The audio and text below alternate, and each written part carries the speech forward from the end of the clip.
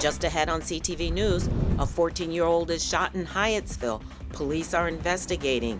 And it's a winter weather weekend. What you need to know if you're going to be out on the roads. So just for everyone to use their best discretion and just avoid roadways until all the inclement weather has cleared.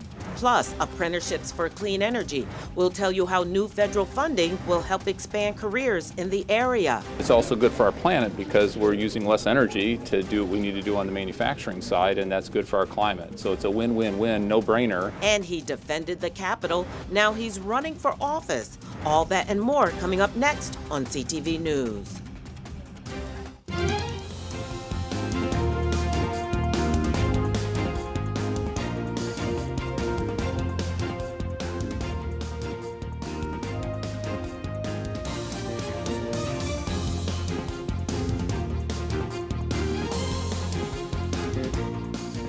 Good evening, I'm Byron Scott with a CTV News update.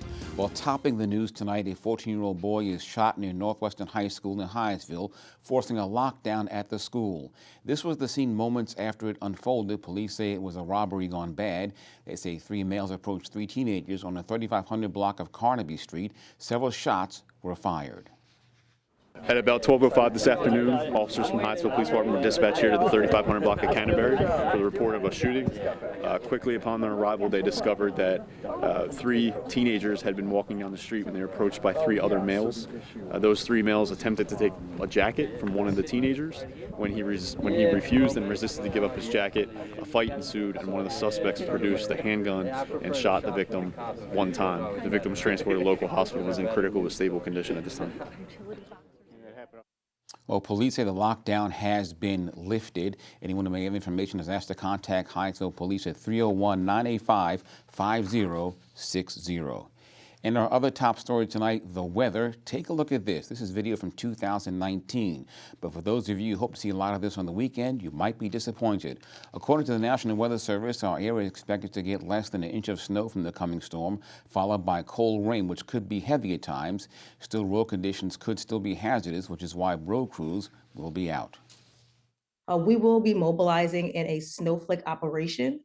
This mode of operation will consist of treating bridges, elevated surfaces, and primary roads. However, our operational plans are contingent based upon changing weather forecasts and pavement temperatures. So they'll be deploying the trucks and our crews at 6 a.m. They'll be deployed at 6 a.m. January 6th, which is a Saturday. It'll be about maybe 40 trucks or so. They'll be deployed throughout the entire county. And we'll be working in 12-hour shifts at DPW and T. Brown says the bus and caller bus will run on a normal schedule. Well, the world faces pressing challenges from climate change and dwindling natural resources. That's why some are working toward increasing green jobs that focus on protecting the environment, reducing waste, conserving natural resources, and creating more sustainable ways to live and work. Patricia Vallone tells us about a local union that just received the funding to expand its green training services. So this right here is fiberglass board. This is pipe covering, and today we're doing this is called a fish mouth because it have the shape of, as you can see, like a fish. Apprentices at the local Heat and Frost Insulators Union in Laurel spent the day demonstrating skills they've learned for green jobs to local and federal VIPs. We do all sorts of things. We learn layouts, formats, and we also learn how to work under tight spaces. It was all part of a tour and roundtable to discuss the U.S. Department of Energy's new $40 million grants to expand clean energy workforce training. The funds will also enhance the nation's building and manufacturing efficiency. This morning, the union received one of those grants. We have some federal funding that's helping to support a union in the apprenticeship program so we can train folks for good-paying jobs. And at the same time, they're working with companies, working with industry to save money. And now that we're bringing more jobs back to the United States that involve manufacturing or other types of direct labor, I think it makes sense to have this kind of opportunity available to train people so they can take advantage of these jobs that pay six figures and provide retirement benefits. From Laurel, Patricia Vallone, CTV News. And the race of Maryland's 3rd District congressional seat is heating up. Former U.S. Capitol Police Officer Harry Dunn announced that he's running for that seat. Dunn is one of the officers who defended the Capitol during the January 6th insurrection. In a statement, Dunn said he was running because, quote, that the forces that spurred the violent attack are still at work, and as a patriotic American, it is my duty, he says, to defend our democracy. Dunn, who grew up in Prince George's County but is now living in Montgomery County, is running to replace John Sarbanes, who announced he's not running for re-election. And a 3-year contract agreement has been reached between the state and Maryland's 4 major civilian employee labor unions. Those unions include AFSCME, 2 teacher unions, and the Maryland Professional Employees Council. Governor Wes Moore says rebuilding state government and supporting state employees is a top priority of his administration. Final contracts must be ratified by a full member vote of all 4 unions. And you're watching CTV News. I'm Byron Scott. Coming up next, we're getting fit in the new year. Trying to get serious about your fitness goals in 2024? We've got some tips for you coming up next on CTV News. The drug scene in Maryland is changing. Fentanyl and xylazine are being added to street drugs, and you may not even know it. Xylazine is not even intended for humans, and fentanyl is an opioid 50 times stronger than heroin and contributed to over 80% of overdose deaths in our state. Anyone who uses drugs, even occasionally, is at risk of overdose. To learn more, visit stopoverdose.maryland.gov or call or text 988. Welcome back. If you're one of those people that makes fitness your New Year's resolution but never get around to it, CTV's Mariah Jalad has the moves you need to get started. I'm here at 7 p.m. Fitness, where Patrice Murphy is going to show me some workouts that we can all do to get into shape for 2024. So let's get started. A lot of times when people want to lose weight, they do extremes. So I teach them how to enjoy the things that they like to enjoy, but at the same time be able to lose weight in the process. So we're just going to go elbow to knee this way. Try to get your elbow to really touch your knee. Perfect. This doesn't require a ton of coordination, but you get double the bonus here. So you can stop right there. So you get obliques. Did you feel it on the sides?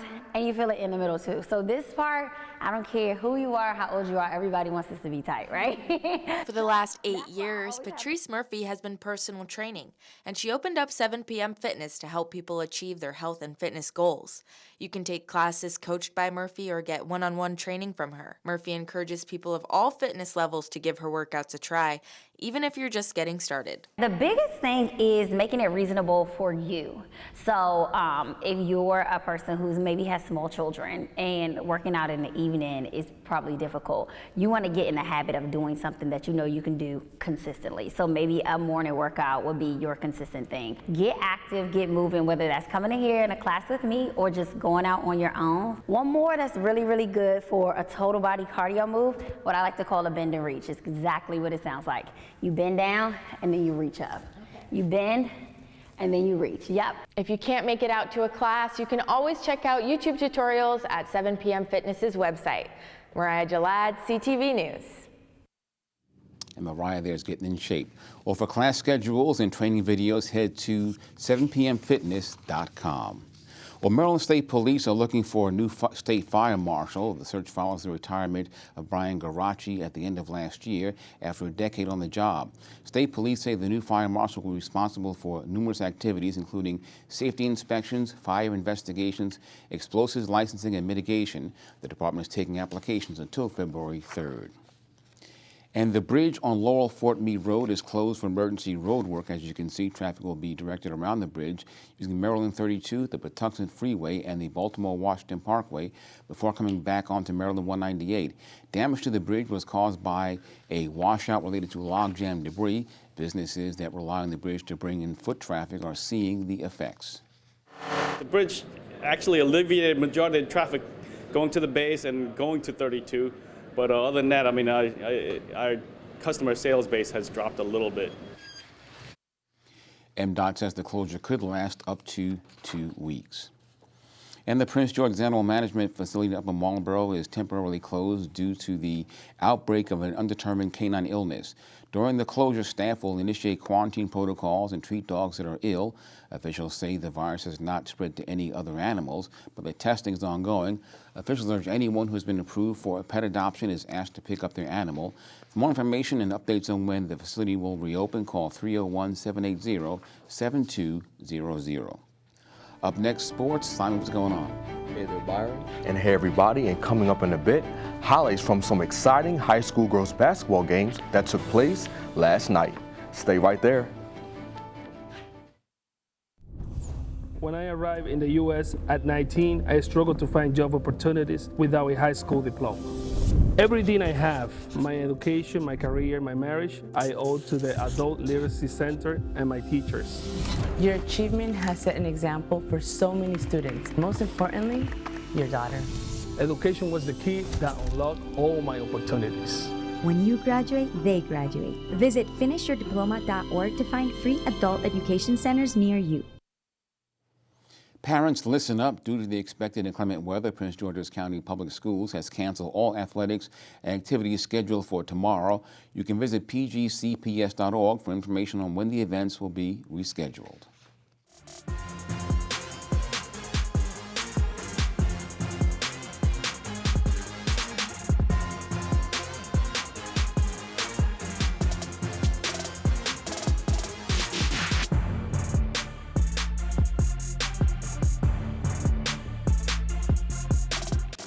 Good evening, sports fans. We go to the world of high school basketball for today's sports page. Laurel High School girls basketball squads took the court last night versus one another, and from the opening tip, the Lady Jaguars came ready to play. Flowers made nice defensive plays, such as this steal by guard Ava Redmond on Laurel's first possession of the night. The Lady Jaguars also made some nice plays on the offensive end, such as this nice and one three-pointer made by guard Alana Joy while in transition. The Lady Spartans got off to a slow start offensively, but was finally able to score their first bucket of the night thanks to this dime by forward Aisha Adebayo that resulted in a layup for number 23, Shannon Hurd. And the Lady Jaguars led after the opening quarter 17-3. Moving on to the second quarter, Laurel did show some effort on the defensive end, such as this rejection by Hurd. But because of sequences like this steal by Asaya Harris that led to an easy layup for guard Brianna Steve and this tough layup made by Joy, Flowers was able to increase their lead and go into halftime up 33-5. And that will be too much for Laurel to overcome as Flowers cruised to victory 55-14.